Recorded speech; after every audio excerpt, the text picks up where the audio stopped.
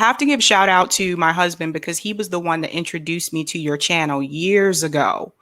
And he was like, there's this guy, you got to watch him. His name is Niko House. And I was like, okay, cool. And we were already watching independent media.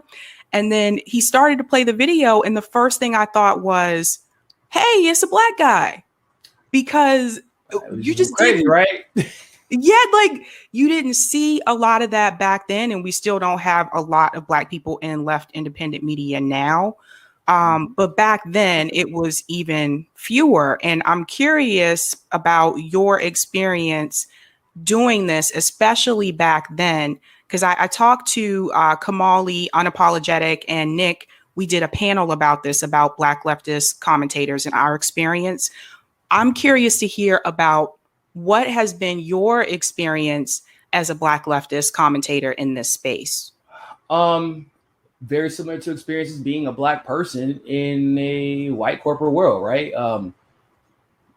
Unfortunately, when I was coming of age, if you will, in this space, you would get help you would think people were trying to help you. Instead, they were trying to control you or use you. Other black people, by the way. Because you get the crab in the bucket mentality, because there's only, at least perceptually back then, there's only so many spots for a black guy in this space, right? And so you get people who are pretending to help you, and then when you most need them, or whenever a time is opportune, they try to destroy you or take you down because you're stepping on their toes, even though you're not doing anything but just doing your job. You get people who use their blackness to sell out, which I'm not saying that Ben Dixon would be the quintessential example of that, but if there was a person, then some people should use him as a reference, is what I'm saying. And then people like him, for example, once again, would make somebody like myself public enemy number one, only because I'm black and saying the truth, which obviously can interrupt his money stream if a channel like ours ever got that popular and people just did the research on the things that I'm saying. Because I say what I say with confidence, no matter how somebody might feel about it, because I don't question my convictions or my intentions. I also don't question my research and my experiences. At the time, in the independent media space, and it's just all of the space, I had the most experience in politics. I was the only one who had that much experience in politics. If I was a white guy named Steve, I would have 300, 400,000 followers. The network would be off the ground, just be taken off. There were people like, who the hell is TYT? This guy with all his political experience literally just started his network and he's always right. Yeah, no, when you're a black guy, it's the opposite. It's, gotta crush that guy. I mean, hell, look what happened with Ice Cube. He didn't get thrashed for supporting Donald Trump. He got thrashed for saying the system is illegitimate and you shouldn't support anybody. Because when Lil Wayne came out and said he was endorsing Donald Trump, it was a blip on the news headline. And nobody cared after the next day. Yep. Ice Cube and other independent black minds end up getting thrashed even by their own kind because of them saying don't indulge this system or you will keep being treated the same way. But the system has taught minorities to individualize ourselves and think about ourselves and only ourselves in the next pretty title that they throw our way, so that we are more comfortable with selling out, no matter how much it hurts the people that we did supposedly do this to help. Do you think, because I've noticed some things myself, probably about a year or two ago, and I started to call them out, and I found that people really didn't want to hear negative things about white leftist commentators. I found that out very quickly. But there were just certain things that I felt like there were like racist dog whistles. I was called an e-gangster in a debate. Yeah, so stuff like that. I noticed that it just seemed like to me, whenever we were talking about issues that were specifically for Black people, all of a sudden it was, well, let's not do that because it's not popular. Oh, but I'm gonna give you an example. On the Hill Rising, all of a sudden the issue of search, stop, and frisk became magnified only and exclusively because Mike Bloomberg, right? How many black people did they bring on to talk about this issue? Now, I know for a fact that they know me, and now one of them did try to bring me on. I'm not going to say which one, and got basically railroaded for it. But I am from New York. I lived in New York during Stop and Frisk. They know who I am. I have a big platform. I was literally a surrogate for a presidential candidate at the time who was trying to decriminalize all drugs and address issues like Stop and Frisk with legitimate legislation. With all of Bernie's little camp, especially the white ones, and the one that they thought was going to fall in line, they thought Brie was going to fall in line. That's what they were expecting. It didn't work out like that, but that's what they were expecting. But with that camp, they were bringing people like like not for nothing, like David Sirota. What the fuck does David Sirota know about Stop and Frisk? Like what he read online. How much does he care about it? I don't know. How many clicks can it get him today? Is it going to affect him or his family now, or has it affected him or his family in the past? Absolutely not. So why would you not get the black man from New York who lived in Stop and Frisk, who's been a victim of the 94 crime bill in general, and been a victim of the corrupt justice system in general, despite all of my quote unquote professional qualifications? Even I had been jumped in a Burger King by 8 cops that were called on someone else. Why would you not get that person? Oh no, because your story might be inspiring. Your story might have other people inspired to listen to you because you have experiences in these things that we say we care about. And so why would they listen to this middle-aged, rich, millionaire white woman about your issues when they could just go to you? And then what happens later if that black person then is convicted? So now you have to make a choice if you're in the audience. Are they the ones who are correct? Or are these people who keep bouncing from issue to issue, talking about what they're caring about, but never actually doing anything to fight for that issue when it matters the most? Are they the correct ones? And the answer is going to probably be somebody on the MCSU network every time. And that's what we see consistently. So now it's one thing when you don't want to bring on black people, but it's another thing entirely when you're then okay with bringing on racists who pretend to care about white guys, white women. I debated somebody, Sabby, I bullshit you not. She turned out to be, before her transition, a literal neo-Nazi who now claims to be progressive or liberal. And our whole debate was about like forced to vote. And they're like, I just want to get Medicare for all. Oh, that's the best way to do it. I don't, what happened in January 6th was an insurrection and white supremacy is a big issue for me. But then when I would say certain things, she would be weirdly dismissive, uniquely dismissive. White people generally, when they debate me, when they're realizing what they just walked into, they try to be dismissive. But she was being uniquely dismissive. And she said a few things when I was like, okay, if you care about black issues, then answer that question with skirting. So like myself, my audience is pretty perceptive, and they decided to go do some research because they were like, there's something off about this person. Goes and research this person's tweets. They were literally a neo-Nazi. After finding this out, after it becomes public news, Nomiki Kans has her on her show.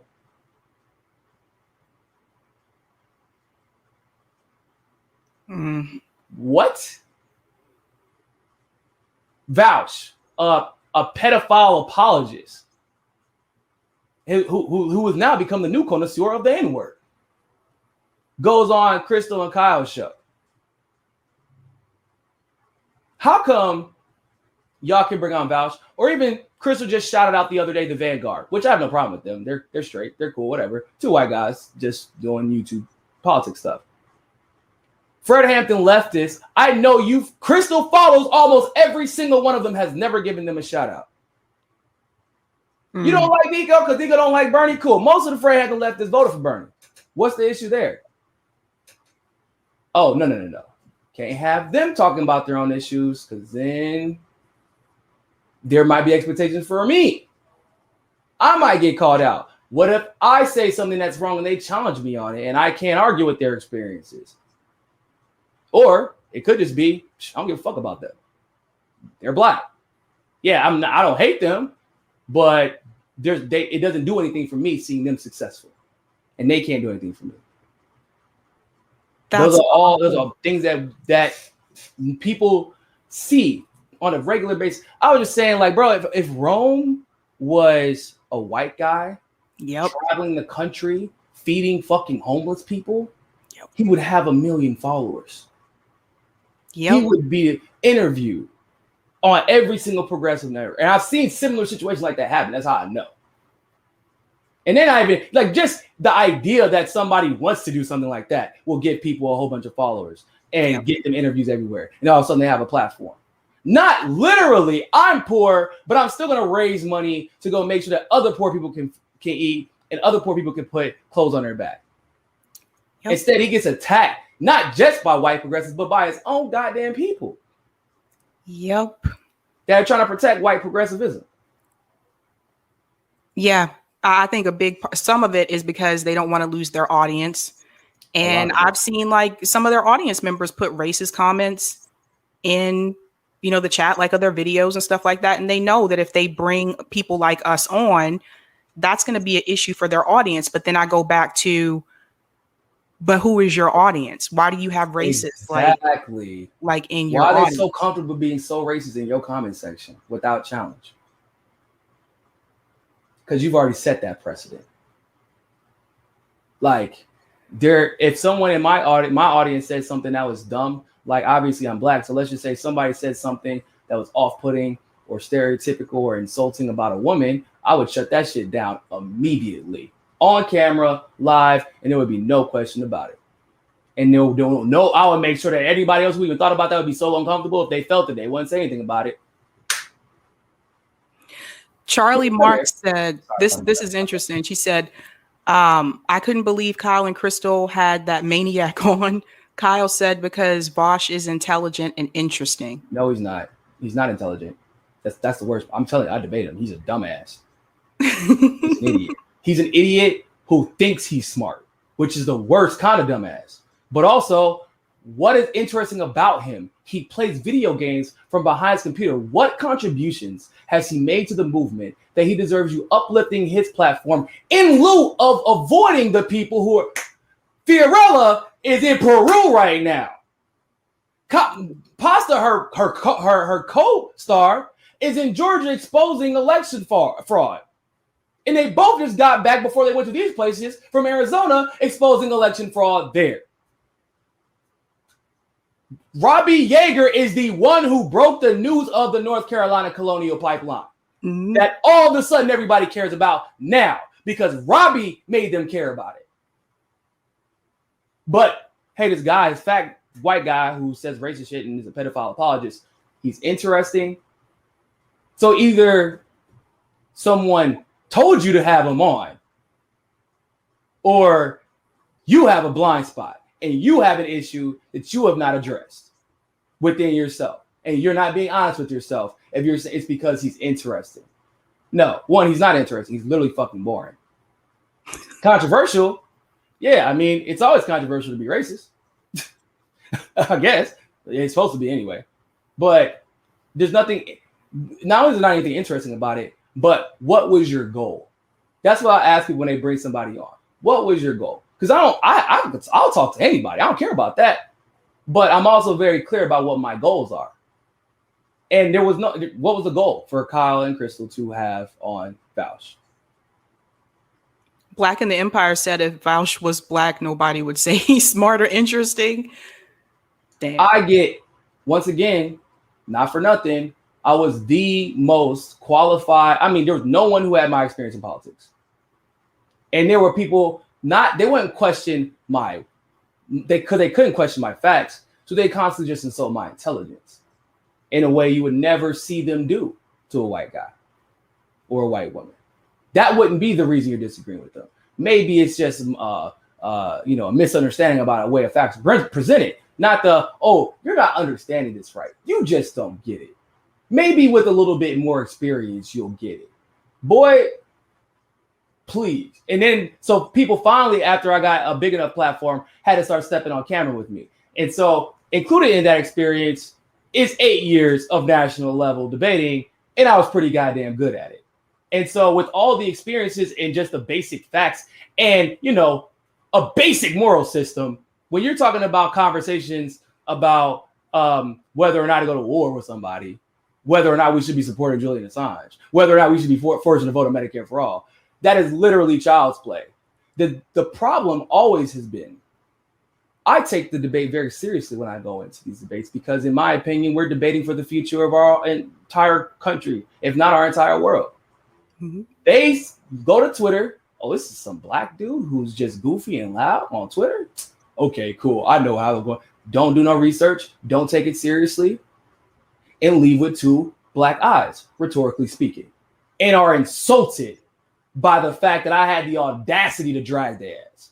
Like, you didn't take this seriously. What did you think was going to happen? Because when I start quoting legislation, when I start quoting policies, when I start telling people like FDR, the reason that black people in the situation they're in, because he literally through the Green New Deal introduced the policies like redlining.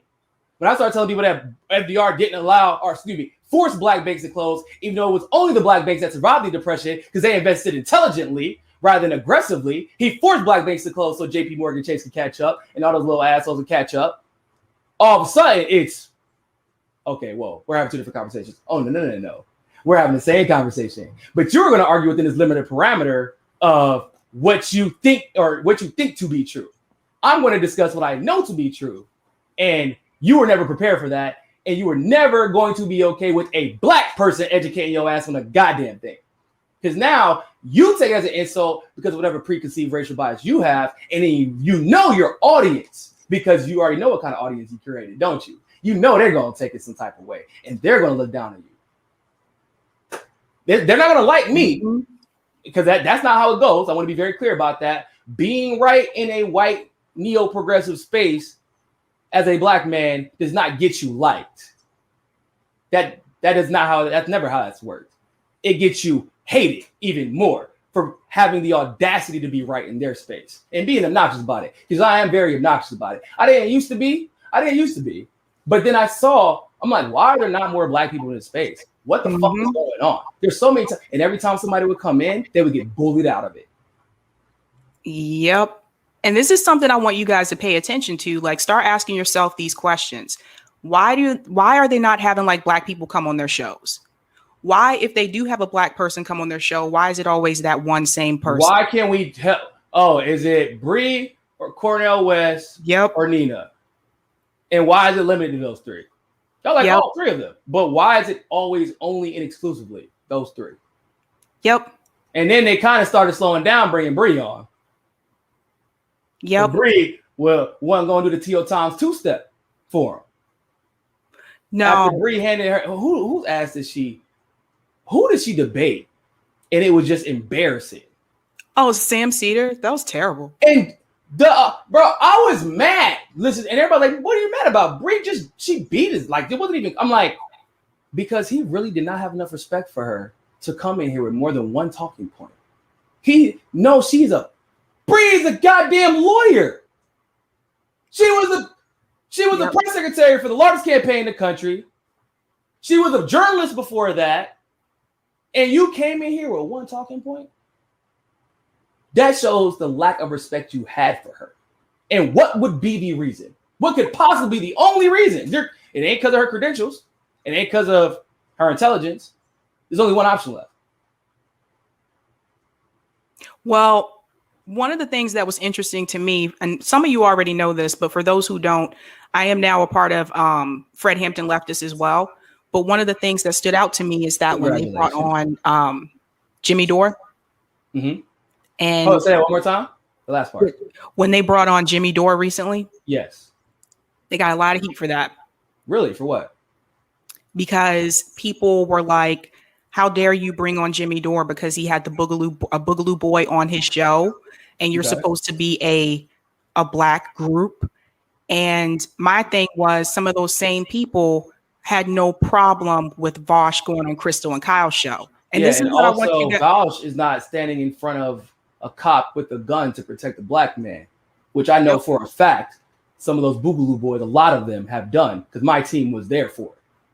So but what's like you said, there's some. It's just the mere inconsistency of it all. Mm-hmm.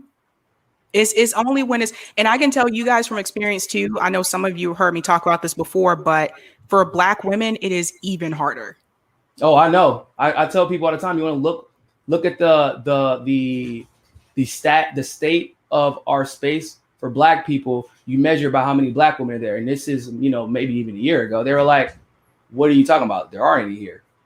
Well, you have your answer. Yeah, you have your answer. Like, yeah, it's Brie, and Brie was still on the campaign or whatever at the time, and she wasn't even doing her podcast yet. But it's like, yeah, but Brie also worked for The Intercept. She was also on the largest campaign, but also look how whenever they asked Bernie about her opinion, just like, I'm not going to vote for Biden until he gives me the policies that he says he's going to give us. Mm-hmm. Oh, she doesn't work for our campaign anymore. Yep. That quick. He dismissed her very quickly. And Brie, and not for nothing, the press secretary for Bernie's campaign have always been the one to introduce him at rallies. They do a lot of interviews, which she did do a lot of interviews, but they're much more involved being directly attached to Bernie. But when you are the one who's near Bernie, you get to suck up a lot of that energy too. And Bernie has always, from my experiences, had a fear of creating a monster. And by monster, he just means giving somebody who is honest, a person of color or a Black person, the space and the energy that they convert to do what they say they're there to do, which unfortunately for Bernie at this point, and unfortunately for us, is inconvenient to Bernie, Mr. Budget Chairman, telling the world we've cut child poverty in half. He never wanted to create Brie. Nobody, but they also, once again, why did they think that Brie was controllable? Right. Why did y'all even think that? Where'd you get that idea from? Because you thought because she was nice to y'all that she ain't think for herself. Y'all don't think Brie know how to play the damn game? Brie been a Black woman in the law field for that's all they do all day. Yep. No, I agree 100%. I'm going to ask a controversial question. Please do. It's probably not as controversial as you would think, but. From your experience, do you feel that some of the leftist commentators,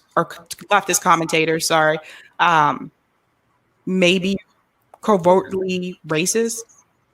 Hold up. I thought you said you were going to ask a controversial question. That's not. There are some that are openly racist, and there are a lot of them. I would say, if you had 10 white leftist commentators, 8 of them are racist.